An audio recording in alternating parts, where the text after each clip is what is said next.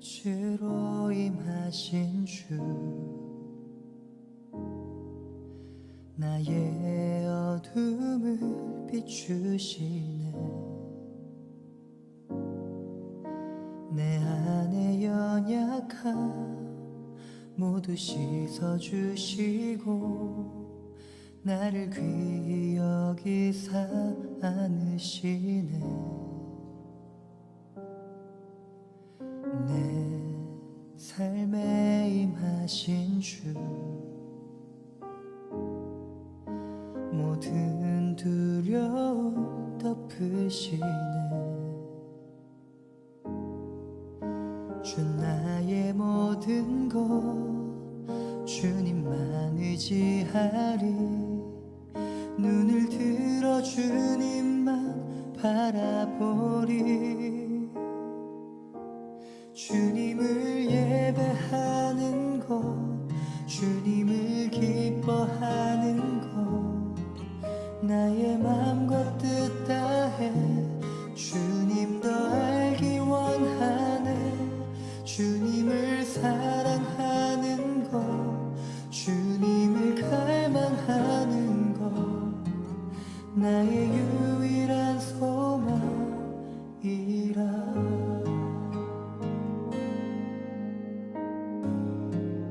내 삶에 임하신 주 모든 두려움 덮으시네 주 나의 모든 것 주님만 의지하리 눈을 들어 주님만 바라보리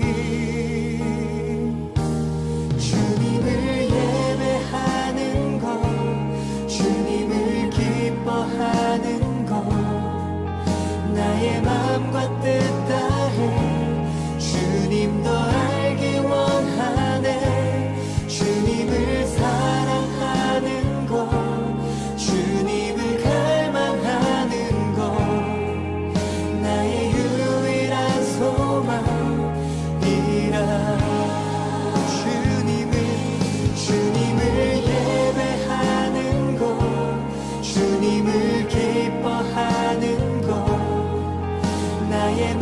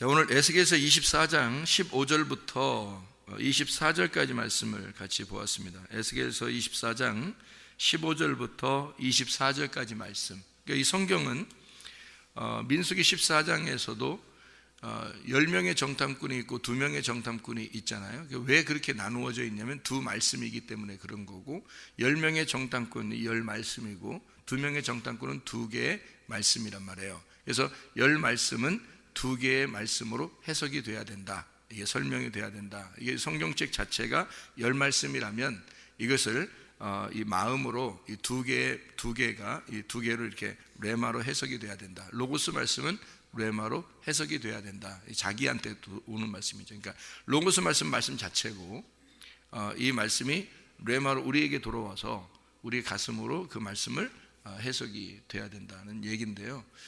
성경은 그래서 그렇게 해석이 되지 않으면은 하나의 그 글자밖에 안 돼요. 그냥 책밖에 안 된다고요. 이게 해석이 안 되면. 그러니까 우리가 지금 에스겔서 24장 15절부터 24절을 읽었잖아요. 근데 이 말씀을 읽으면 여러분 무슨 의미를 갖겠어요? 여러분에게는 어떤 의미를 가지겠어요? 성경이 여기서 에스겔의 아내가 죽었어요. 어떤 의미예요? 무섭다. 하나님 왜 이렇게 꼭 해야 되나, 이런 거 생각될 수도 있고, 에스겔 우리가 이제 여기서 선지자들은 하나님 마음을 가져야 돼요. 그러니까 선지자는 하나님 마음을 설명해 주는 사람이 선지자거든요. 시대의 그 삶을 그대로 이제 살으라고 선지자들한테는 그렇게 하거든요. 그래서 그 말씀을 이렇게 설명해 줘야 되니까, 하나님 마음을 설명해 줘야 되니까 선지자들은 그렇게 살아야 돼요. 그래서 에스겔 선지자가 이렇게 아내가 죽은 거거든요. 그래서 우리 한번 몇 가지 더 찾아볼까요? 에스겔서 3장 26절 찾아봐요. 에스겔 3장 26절. 에스겔 3장 26절 보니까 에스겔을 보고 뭐 어떻게 하냐면요, 내가 내 혀를 내 입천장에 붙게 하여 네가 말 못하는 자가 되어 그들을 꾸짖는 자가 되지 못하게 하리니 그들은 패역한 족속임이니라. 선지자이기 때문에 벙어리로 살아야 돼요. 어떨 때는 벙어리로 살아야 돼요.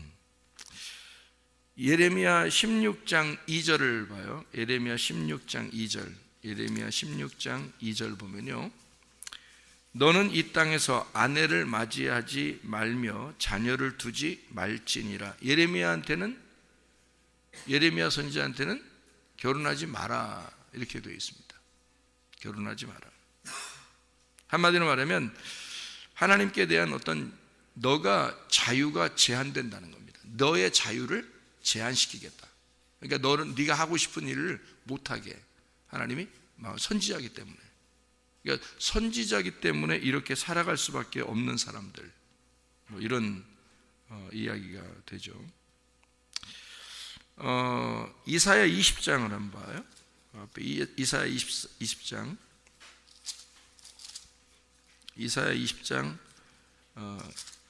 2절 3절을 보면요, 2절 3절 보면, 그때 여호와께서 아모스의 아들 이사야에게 말씀하여 이르시되 갈지어다 내 허리에서 배를 끄르고 내 발에서 신을 벗을지니라 하시매 그가 그대로 하여 벗은 몸과 벗은 발로 다니니라. 빨개 벗고 다니는 거예요.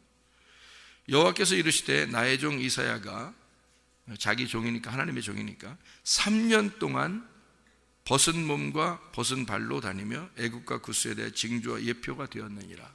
3년 동안 빨개 벗고 다녀야 돼요. 선지자니까. 선지자는 하나님이 시키는 대로 해야 됩니다. 이사야 같은 경우는 빨개 벗고 3년 동안 다녀야 돼요. 예레미야는 결혼하지 못하게 만들어요. 에스겔은 벙어리가 되게 만들고, 그리고 부인이 죽게 만들어요. 선지자니까. 무섭죠? 하나님이, 그러니까 백성들에 대해서 선지자의 삶이라고 하는 것은, 만약 여러분이 이 땅 지금 마지막 시대의 선지자라면 어떻게 될까요? 하나님이 시키는 대로 너 이 시대처럼 똑같이 해야 돼. 이걸 하나님이 보여줘야 돼. 너를 통해서. 이렇게 하면 어떻게 해야 돼, 여러분? 그러면 꼼짝없이 선지자라면 그렇게 살아야 돼요. 꼼짝없이. 그러니까 선지자가 그런 거예요. 무섭죠, 그죠? 그러니까 그렇게 이제 성경을 여기 이렇게 보면 이제 에스겔서의 지금 요 내용을 이렇게 보잖아요. 24장의 내용을 보면 야, 하나님이 이렇게 시키니까 이렇게 하는구나, 해야 되는구나. 야, 이거 무섭다. 이렇게 생각이 될 거예요. 그리고 성경을 이렇게 보면은 왜 이렇게 하라는 거예요, 도대체? 왜 이렇게 하라는 거예요? 예? 왜 이렇게 하라는지 여러분 알아요? 이게 그냥 이렇게 보면은 이게 그냥 읽으잖아요. 이렇게 성경을 이렇게 읽잖아요. 그러면 이게 뭔 말인가? 이게 그냥 뭔 말이야, 이게? 왜 이렇게 하라는 거야? 그냥 거기만 보면은 그렇게 이해가 잘 안 돼요. 그래서 성경은 반드시 어떻게 되냐면 이제 해석이 돼야 돼, 해석이. 그러니까 이게 그냥 읽잖아요. 이렇게 읽으면 요대로가 로고스 말씀이에요. 요대로가 하나님이 시킨 말씀이고 하나님이 정해놓은 말씀이고 하나님이 쓴 말씀이고, 그러니까 이게 로고스 말씀인데 이게 해석이 안 되면 이해가 안 돼. 무슨 말인지, 뭔 말이야 이게 도대체가, 이렇게 되는 거죠. 자, 이제 이거를 이제 설명을 한번 해드릴게요. 무슨 말인가, 이 말이. 그러면 이제 전혀 다른 말이 되는 거예요. 이 말이 전혀 다른 말이. 그러니까 자 보세요. 아내하고 이 에스겔의 아내하고, 아내가 죽었어요. 슬퍼하지도 말라 그렇게 말을 해요. 그런데 이 아내하고 에스겔하고는 어떤 관계예요? 에스겔하고 아내하고 관계는 어떤 관계예요? 부부 관계죠. 부부 관계잖아요. 부부 관계라는 건 뭐예요? 하나란 얘기지. 그러니까 아내가 죽는다는 얘기는 누가 죽는다는 얘기? 에스겔이 죽는다는 얘기죠. 그렇죠? 요거를 이제 잘 생각하면서 이제 요걸 보는 거예요. 그러면 에스겔하고 아내하고 그리고 이스라엘 백성들하고는 어떻게 된 거예요? 관계가 같은 관계라는 거죠. 하나의 관계라는 거예요. 에스겔의 아내가 죽는다는 얘기는 백성이 죽는다는 얘기고, 그리고 백성은 에스겔이 죽는다는 얘기예요. 이게 왜 그러냐면 에스겔은 누구 마음을 가진 거야? 하나님 마음을 갖는 거예요. 하나님 마음을 가진 자가 선지자예요. 에스겔의 아내는 그 하나님의 마음과 하나가 된 건데 그가 죽는 거예요. 그가 죽는다는 건 에스겔의 아내는 백성들이 하나님의 아내인 거죠. 그죠? 백성들이 하나님의 아내인 거야. 그래서 너희들 백성들이 죽는 것을 하나님의 마음은 봐야 되는 거예요. 지금 백성들이 잘못했기 때문에 죽어야 되는 거예요. 그러니까 에스겔의 아내를 죽임으로써 너희들이 죽는다는 걸 보여주는 거예요, 하나님이. 무슨 말인지 알겠죠? 그래서 백성들이 죽는다는 건 누가 죽는다는 거? 하나님이 죽는다는 거. 예. 너희들을 죽이고 있지만 가슴이, 자, 에스겔 아내가 죽으면 에스겔이 어떻겠어요? 슬프죠. 근데 슬픈데 슬퍼하지 말라는 거예요, 에스겔 보고. 왜 슬퍼하지 말라고 그래요? 마땅히 죽을 자가 죽었다는 겁니다. 그러니까 슬퍼하지 말라는 거예요. 그런데 에스겔은 슬퍼하고 싶겠죠. 자기 아내니까. 그런데 슬퍼하지 못하는 거예요. 왜냐하면 하나님 마음이 백성들을 심판해야 되는데 백성을 심판할 때 그때 하나님 마음이 슬프지만 너희들이 마땅히 심판을 받아야 되기 때문에 심판을 하는 것이니까, 그래서 이건 마땅한 거다, 그 죽음이 마땅한 거다라는 걸 설명해 주셔야 되는 거죠. 그래서 하나님 마음을 설명해 줘야 되니까 그 아내를, 에스겔의 아내를 통해서 설명을 해 주는 거예요. 자, 여기까지 이제 이해가 되죠. 무슨 말인가? 자, 그러니까 여기 지금 언뜻 쑥 지나가면 이해가 안 돼요. 무슨 말인가? 이 말 읽어봐야 무슨 말인가 이해가 안 돼요. 근데 여기까지 다 이해가니까 에스겔 그리고 아내 그리고 그 백성 이렇게 하니까 딱 이렇게 맞아 들어가죠. 이렇게 생각하니까 아하, 그런 말씀이구나 라는 것은 이제 조금 이해가 되죠. 자, 이 말을, 그러면 이제 이 말이 우리에게 무슨 상관이 있느냐는 얘기예요. 요거를 성경에서 성경으로 한번 또 해석을 해보자는 거죠. 이게 자, 그러면 이거를 요한계시록을 한번 가봐야 돼요. 요한계시록 18장, 요한계시록 18장 10절부터 14절까지를 제가 읽도록 하겠습니다. 그의 고통을 무서워하여 멀리 서서 이르되 화이또다 화이또다 큰 성 견고한 성 바벨론이여 한 시간에 내 심판이 이르렀다 하리로다. 땅의 상인들이 그를 위하여 울고 애통하는 것은 다시 그들의 상품을 사는 자가 없습니다. 그 상품은 금과 은과 보석과 진주와 세마포와 자주옥감과 비단과 붉은 옷감, 각종 향목, 각종 상아 그릇, 값진 나무, 구리, 철, 대리석 만든 각종 그릇, 계피, 향료, 향유, 유향과 포도주, 감람류, 고운 밀가루, 미료, 소와 양과 말과 수레와 종들과 사람의 영혼들이라. 바벨론아 내 영혼이 탐하던 과일이 내게서 떠났으며 마시는 것들과 빛난 것들이 다 없어졌으니 사람들이 결코 이것들을 다시 보지 못하리로다. 이렇게 되어 있어요. 자, 이게 뭐가 멸망하는 것을 얘기하는 거예요? 어디가 멸망하는 거? 바벨론의 멸망이에요. 바벨론의 멸망. 자, 우리가 이제 요한계시록 17장 16절을 한번 봐봐요. 17장 16절. 네가 본 바 이 열불과 짐승은 음녀를 미워하여 망하게 하고 벌거벗게 하고 그의 살을 먹고 불로 아주 사르리라. 이렇게 되어 있거든요. 그리고 18절을 보니까 뭐라고 되어 있어요? 또 내가 본 그 여자는 땅의 왕들을 다스리는 큰 성이라 하더라. 그러니까 여기 지금 멸망하는 바벨론은 뭐라는 거예요? 음녀라는 거예요. 음녀가 멸망하는 바벨론이라는 거예요, 여러분. 그죠? 그러니까 여기 지금 바벨론은 여자를 얘기한다는 거죠. 그죠? 한 여자가 바벨론이라니까. 음녀와 바벨론이다. 자, 그러면 이제 여자라는 것을 여러분 아시죠? 여자라는 게 음녀 아니면 신부예요. 성경에서. 그죠? 요한계시록에서는 음녀 아니면 신부예요. 그러니까 음녀는 나쁜 거고 신부는 좋은 거예요. 그렇죠? 예.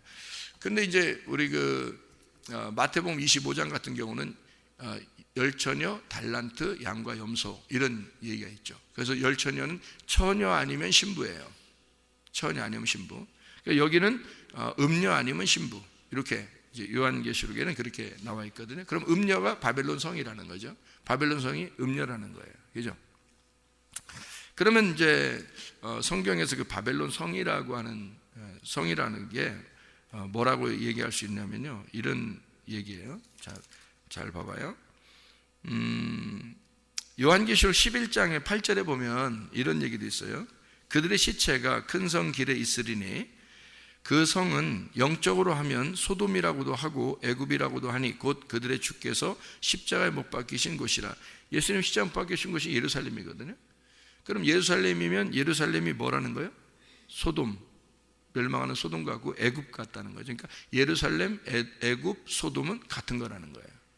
그러면 애굽, 소돔, 예루살렘 그리고 바벨론, 이게 다 뭐예요? 예루살렘 성, 소돔 성, 애굽 성, 바벨론 성, 뭐예요?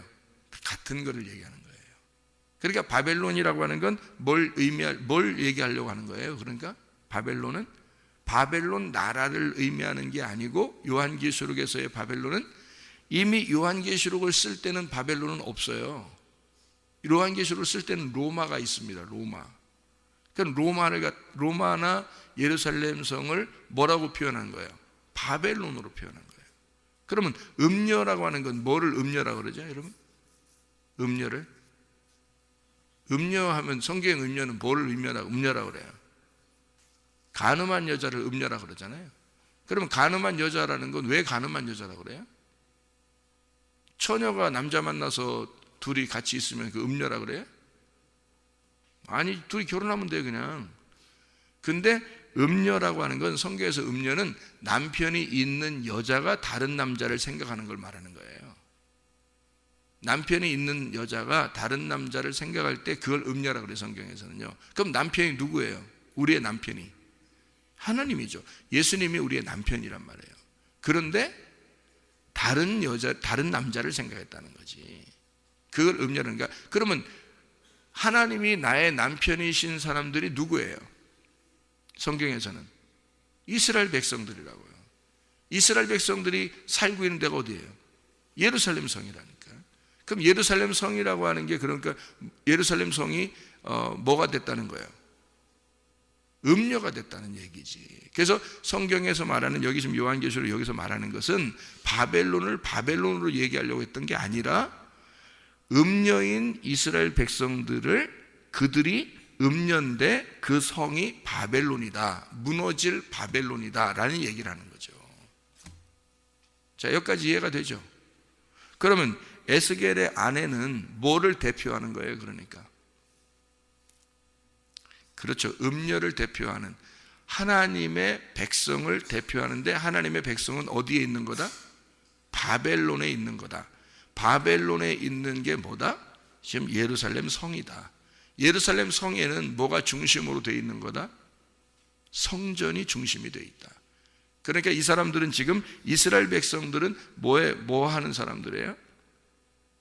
하나님의 장막을 더럽힌 자들이다, 이 말이에요. 그래서 하나님의 장막을 더럽혔다. 하나님만 주인 삼아야 되는데 하나님만 주인 삼지 못했다는 거예요. 그래서 그들을 죽여야 될 수밖에 없다. 하나님이 너희들을 심판할 수밖에 없다. 그래서 반드시 죽여야 한다. 반드시 심판해야 된다, 음녀는. 그래서 음녀가 무너지는데, 이 음녀는, 요한계시록에서 음녀가 무너질 때 사람들이 막 슬퍼해요. 왜요? 음녀가 그들의 성전이었으니까. 자기들의 그 성전이란 말이에요. 자기들의 신이란 말이에요, 음녀가. 그러니까 모든 음녀들은 큰 음녀를 바라보고 살고 있었단 말이에요. 그 큰 음녀가 바벨론 성이었다고. 그게 예루살렘 성이었다고. 그 예루살렘 성 안에 성전이 있다고요. 그러니까 그걸 바라보며 살았는데, 아니 그게 무너진다는 거야. 그게 얼마나 청천벽력 같은 건 얘기냐고. 자, 요한계시록을 쓸 때 예루살렘이 이제 그 로마에 의해서 무너지는 때요. 그때가 언제냐면 AD 70년입니다. 요한계시록이나 요한복음 이렇게 마지막 요한이 이제 쓸 때가 AD 90년 정도 돼요. 그러니까 로마에 의해서 예루살렘이 무너지는 그것을 설명하는 얘기거든요. 그럼 사람들은 다 바벨론이라는 예루살렘 그 음녀를 바라보면서 좋아했는데 이게 무너져 버리는 거예요. 자기들이 의지하던 것이 다 무너져 버리는 거죠. 앞으로 이루어진 그 일이죠, 이게. 근데 그 일들이 왜 있느냐는 거예요. 우리하고 무슨 상관이 있어요? 성경은 다 완성이 됐고 이게 우리한테 무슨 상관이 있겠어요? 경고하는 거예요. 남편 하나님만 섬겨야 되는데 너희가 다른 걸 더 따르고 있다는 거죠. 그런 사람들은 이렇게 된다는 거예요. 그러니까 음녀라고 하는 거를 우리가 지금 음녀가 누구인 거야? 그러니까 여기서 음녀는 나인 거예요.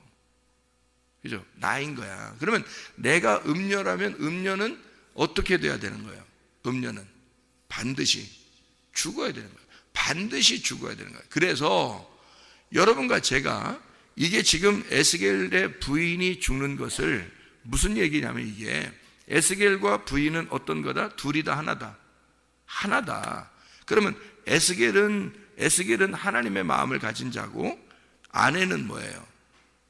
같은 지금 하나인데, 둘이 하나인데 아내는 죽어야 되는 거고 에스겔은 하나님의 마음을 가진 자란 말이에요. 그러니까 이 둘이 어떻게 된 거야? 이 둘이 하나야. 어디 살고 있어요? 어디 살아요?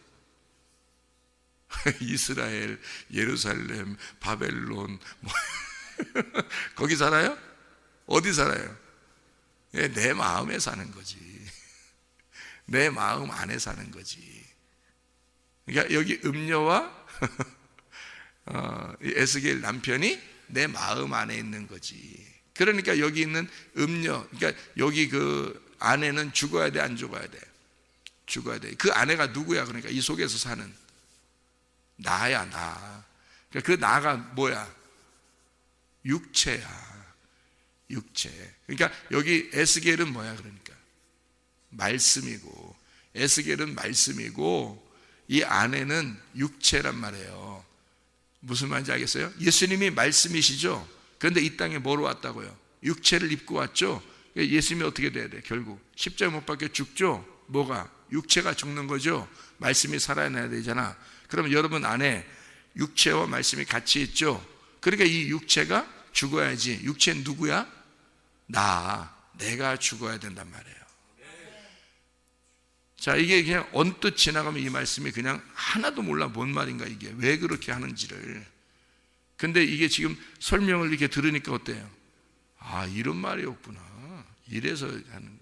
결국 어떤 말이에요? 그러니까 우리가 우리의 속에 있는 육체를 죽여라. 그리고 말씀이 살도록 해라. 네. 그러니까 너희들이 음녀와 같은 그런 짓 하지 마라 이거야. 네. 가늠한 여자가 예수님한테 이제 그 붙잡혀 왔을 때 사람들이 정죄하려고 할 때 예수님이 죄 없는 놈이 한번 쳐봐라 그래요. 다 죄 있다 그러잖아요. 그러니까 그 죄 없는 놈이 쳐봐라 했을 때 그 모든 사람을 뭘로 취급한 거예요? 예수님은 니네가 가늠한 여자야. 니네가 음녀야.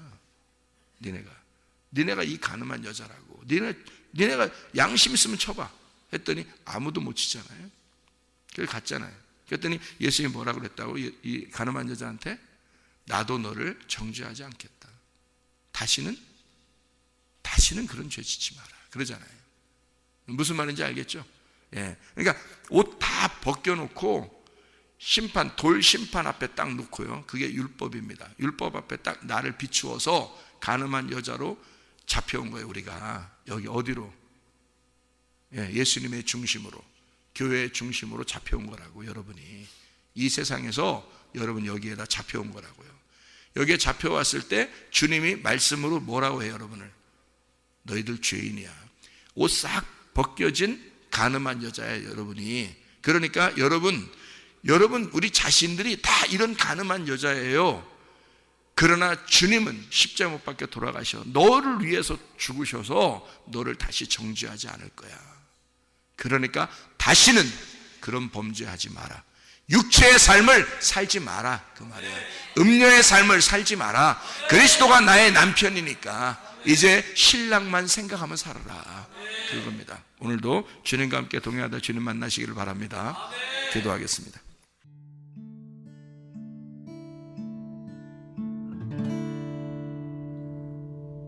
내 속에